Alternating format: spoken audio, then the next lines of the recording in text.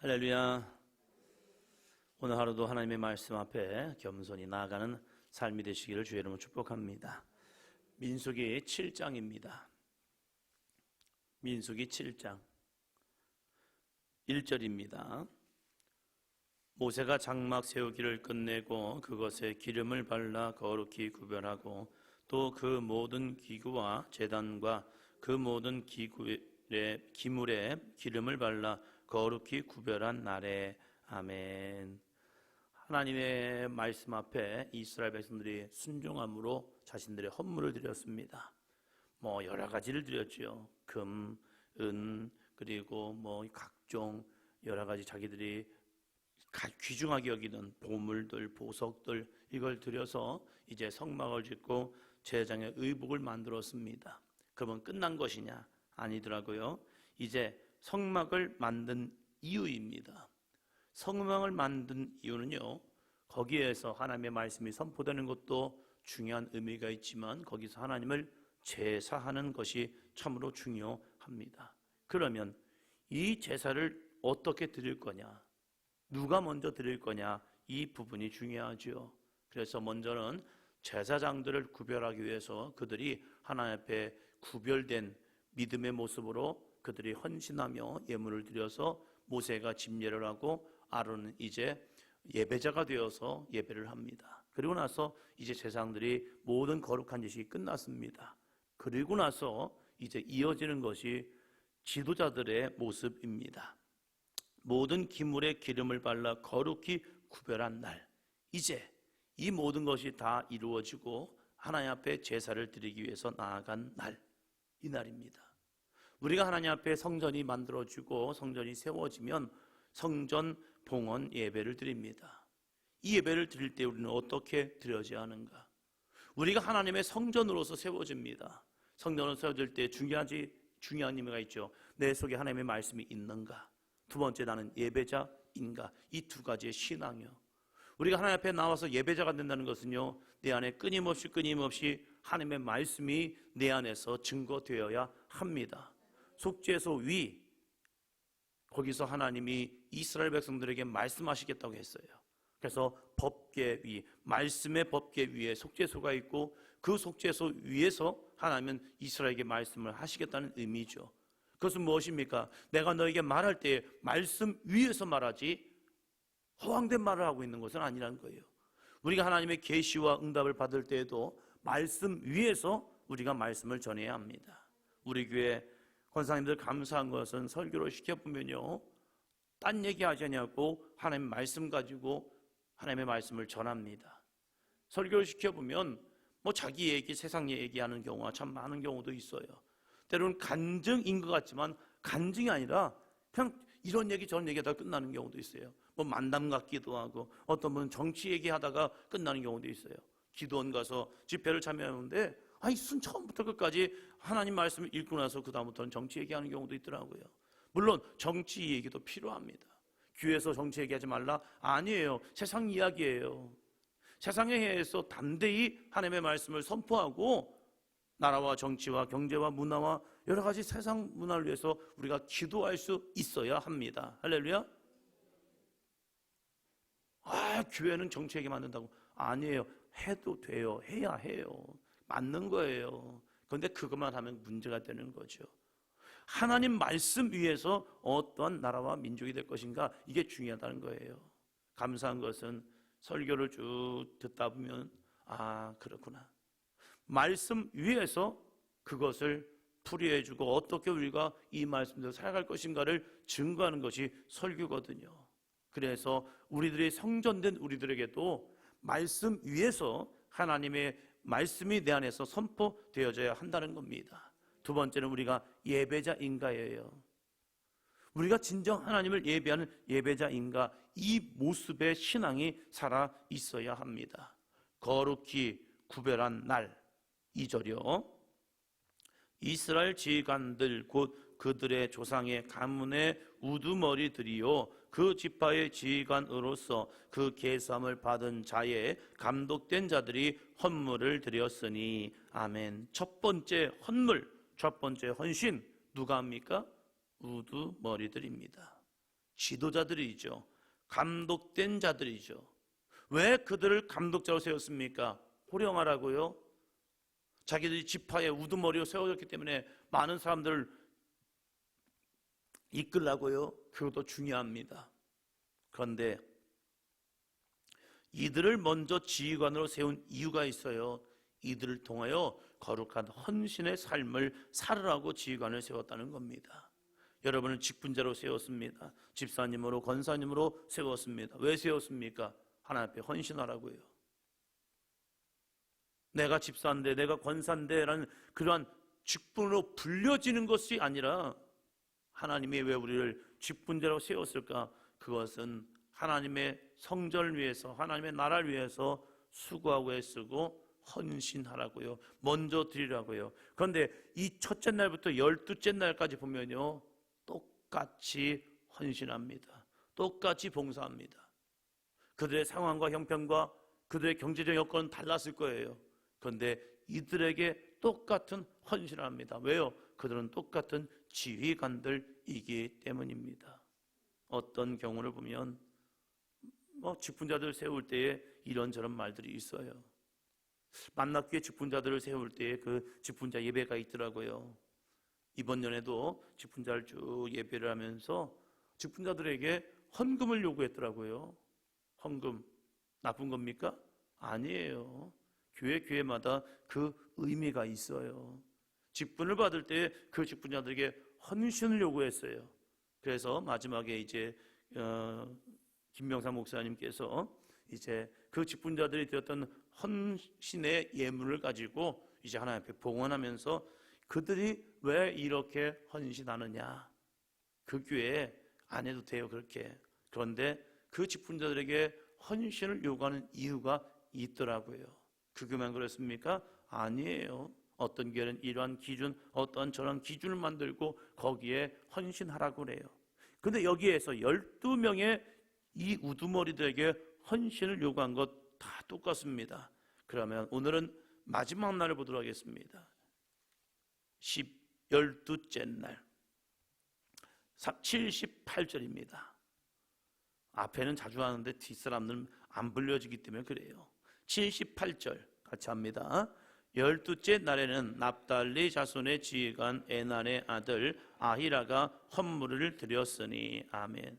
여러분, 12명의 사람들이 한 사람 한 사람 기록됩니다. 이 민수기 7장이 왜 이렇게 긴가? 왜 이렇게 긴가? 똑같은 말을 반복하기 때문입니다. 저는 이 민수기 7장을 읽을 때마다 감사한 것은 우리는 그냥 이름만 부르게 돼요. 그러나 이들은요, 뭐까지 부른지 아십니까? 그들이 헌신한 예물의 내용까지 이야기합니다. 여러분 잘 생각해 보세요. 어떤 목사님께서 부흥회를 인도하시면서 이제 부흥회 헌금을 쭉 부르시다가 갑자기 봉투를 열었습니다. 봉투를 열더니 금액을 꺼내더라고요. 그러면서 이분 얼마 하셨네요? 이렇게 하셨어요. 부끄러움입니까? 감사입니까? 그게 부끄러움입니까? 감사입니까? 금액을 꺼내서 금액까지 얘기했습니다. 어떤 분은 이렇게 생각할 겁니다. 목사님 왜 저러지? 하나님은 우리의 예물의 금액을 보십니다. 보셔요. 예수님도 과부의 두레돈 드리는 걸 보시면서 이 여인을 칭찬하기도 하고 부자들이 얼마 드리는 것까지 다 보았던 것 같습니다. 그런데 그 금액을 딱 얘기합니다. 그래서 성경에 써 있는 겁니다. 하나님은 우리가 드려진 봉헌의 내용도 주님은 보십니다. 그걸 기록하십니다. 그래서 여러분들에게 헌금 봉투를 보면요, 거기는 이름도 써 있지만 금액도 써 있습니다. 내가 얼마를 봉헌하는가. 주일헌금은 쓰지 않아도 됩니다. 이름과 내용. 왜? 그건 주일 헌금이기 때문에. 그래서 감사의물과 여러 가지 기타 헌금에는요, 금액을 씁니다. 내가 얼마를 드리는가를 써서 하나님께 드리는 거라는 거예요. 하나님, 적든지 많든지 그것은 내 고백입니다. 그 금액을 떠날 때 사람들의 반응은 쌩했습니다. 그런데 저도 마음이 그랬어요. 왜 저러실까? 그런데 민수기 7장을 보니까 이 아히라가 드린 헌물이 얼마인 줄 아느냐 하면서 그를 이야기합니다. 79절입니다. 그의 헌물도 성소의 세겔로 130세겔 무게의 은쟁반 하나와 70세겔 무게의 은발이 하나라. 이 두 그릇에는 소재물로 기름 섞은 고운 가루를 채웠고 은쟁반 하나, 쟁반입니다. 은발이, 은대접 하나, 이것을 드립니다. 130세겔, 1세겔이 10g, 그러니까 130세겔이면 거기다 10g을 곱하면 되겠죠. 1300g, 1300g이죠. 1kg 300의 무게가 되는 은쟁반 하나, 70세겔, 700g이 되는 은발이, 은대접 하나, 이렇게 드립니다. 그리고 거기에 소재물로 기름 섞은 고운 가루를 채워서 드립니다. 80절이요. 또 10세겔 무게의 금 그릇 하나라. 이것에는 향을 채웠고 10세겔, 100g의 무게가 되는 금 그릇 하나. 그리고 81절이요. 또 번제물로 숫송아지 한 마리와 순양 한 마리와 1년 된 어린 순양 한 마리며, 이어서요, 속죄 제물로 수염소 한 마리며 화목 제물로 소 2마리와 순양 5마리와 수염소 5마리와 1년 된 어린 순양 5마리라. 이는 에난의 아들 아히라의 헌물이었더라. 아멘. 아히라가 이렇게 헌물을 드렸다. 숫송아지, 그리고 순양, 1년 된 어린 순양, 수염소, 또 소 2마리, 순양 5마리, 수염소 5마리, 1년 된 어린 순양 5마리, 이거 다 드렸다. 누가요? 아히라가요. 이들의 이름이 다 기록되면서 이들이 이렇게 봉헌식을 하면서 첫날부터 12날까지 한 사람 한 사람이 이러한 예물을 드렸다. 이거 무지막지한 돈입니다. 은, 금, 소, 송아지, 양, 염소, 이들이 드렸습니다. 이들이 드려진 헌물, 이것이 다 기록되었다는 사실입니다. 우리들의 헌신과 우리들의 믿음의 예물도 하나님이 다 기록하십니다. 우리를 왜 하나님이 귀한 직분자로 세우느냐? 이것은요, 하나님 앞에 헌신하라고요. 그래서 하나님께서는 우리들의 헌신을 기뻐 받아 주십니다. 그리고 이 모든 것이 다 끝나니까 이제 드디어 등잔을 어떻게 세우는가, 이걸 또 말씀하십니다. 8장 2절입니다. 8장 2절. 아론에게 말하여 이르라. 등불을 켤 때에는 7 등잔을 등잔대 앞으로 비추게 할지니라 하시매. 아멘. 7 등잔을 등잔대 앞으로 비추게 할지니라. 등잔을 켜는 이유, 등불을 켜는 이유, 그것은 등잔대 앞에서 비추라고 말합니다. 7 등잔대입니다. 7 등잔이지요. 한 등잔 등불에 이제 등잔에 이제 불을 켜고 비추게 합니다. 이것을 요한계시록에 보면 7 교회라고 이야기합니다. 7 교회는 무엇을 상징합니까? 소아시아 7 교회요? 아니죠. 이 세상 가운데 나아갈 우리들의 모습이죠. 7이라는 숫자 완전수라고 말씀을 드렸습니다. 그래서 이 등불을 켜는 이유는 우리들의 세상 가운데 나아가서 빛을 비추라는 거죠. 그것을 예수님께서는 너희는 세상의 빛이다라고 말합니다. 그래서 이 빛을 밑에다 켜는 거야, 위에다 켜놓고 그걸 비치게 한다, 그 의미를 두고 있다는 겁니다. 우리는 어디 가운데 비추고 있습니까? 교회 안에서 비추는 등불입니까? 아니면 우리가 세상 가운데 비추는 등불입니까? 교회가 교회되면요, 세상은 참으로 아름다운 세상이 됩니다. 그러나 교회가 교회됨을 잃어버리는 순간 세상은 희한해집니다. 참혹해집니다. 어두워집니다. 교회가 교회 역할을 감당하면요, 세상은 공의와 정의가 흘러나갑니다. 월요일날 김상 권사님 말씀을 전하셨죠. 우리가 희년제도와 안식년제도를 하다 보면요, 이 세상에는요, 하나님이 만드는 세상으로 다시 한번 리셋이 됩니다. 핸드폰도 가끔 하다가 껐다 켜야 합니다. 그래서 그래야 이 시스템이 잘 돌아간다고 하더라고요. 컴퓨터도 마찬가지입니다. 한 번씩 리셋을 시켜주면 좋았습니다. 거기에 필요 없는 것들이 많이 깔리기 때문에 리셋을 시켜놓고 다시 한번 하면 이 컴퓨터 사용이 다시 정상적으로 회복이 됩니다. 우리의 영적인 삶도 희년이라는 제도를 통해서 하나님이 말씀하신 이유가 있습니다. 그때 다 돌려보내라는 겁니다. 종되었던 자들을, 꾸어졌던 자들을, 자신의 재산을 팔았던 자들에게 다시 돌려줘라. 왜요? 모든 것의 주인은 하나님이시기 때문이고 우리는 나그네이기 때문에 리셋을 시켜라. 그렇게 하면요, 세상은요, 가난한 자도 없고 부한 자도 없고 다시 처음으로 돌아감을 통하여서 세상이 다시 온전해지고 있다는 사실이에요. 태풍 왜 옵니까? 태풍은요, 이 세상이 무질서가 돼버리니까 태풍을 통해서 한번 흔들어줍니다. 바다를 흔들고 공기를 흔들어서요, 이것을 깨끗하게 다시 리셋시키고 있다는 사실이에요. 마찬가지로 우리가 세상 가운데 빛을 비추기 시작하면요, 세상은요 정말로 아름다운 세상이 됩니다. 그러나 교회가 타락하고 성도가 타락하는 순간요, 세상은요 더 어두워집니다. 무서워집니다. 왜요? 종교의 힘을 받아서 자기가 잘못된 길을 감에도 불구하고 이것이 잘됐다고 착각하고 있는 그런 맹신주의가 되기 때문이에요. 이것이 가톨릭 시대의 중세 가톨릭 그게 병폐였죠. 그러면 이 시대는 어떠냐 이거예요. 우리들이 세상 가운데 빛을 비추는 등잔대가 되어야 합니다. 그 빛은 내 빛이 아닙니다. 그것은 내 빛이 아니에요. 그리스도의 빛을 비추는 삶이 되어야 합니다.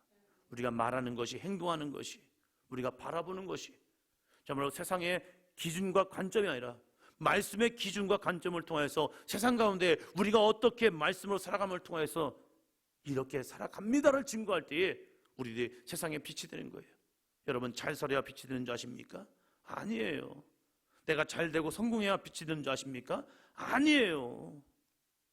그럼에도 불구하고 말씀에 순종하며 살아가는 우리 성도들이 될 때에 우리 세상에 빛이 됩니다.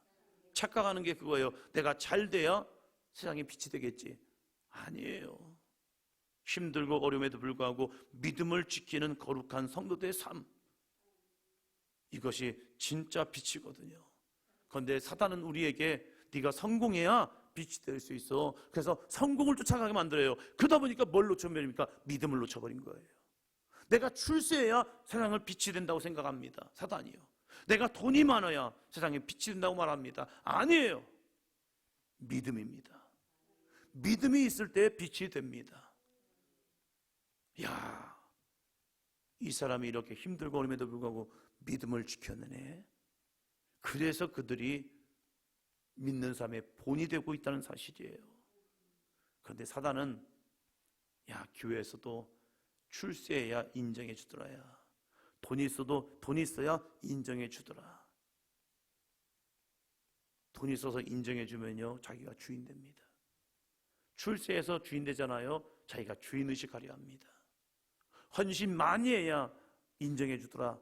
그러면 내 헌신의 이야기를 해요. 내가 한 건데, 내가 한 건데, 내가 한 건데. 사탄은 이렇게 교묘하게 우리를 속이고 있다는 사실이에요.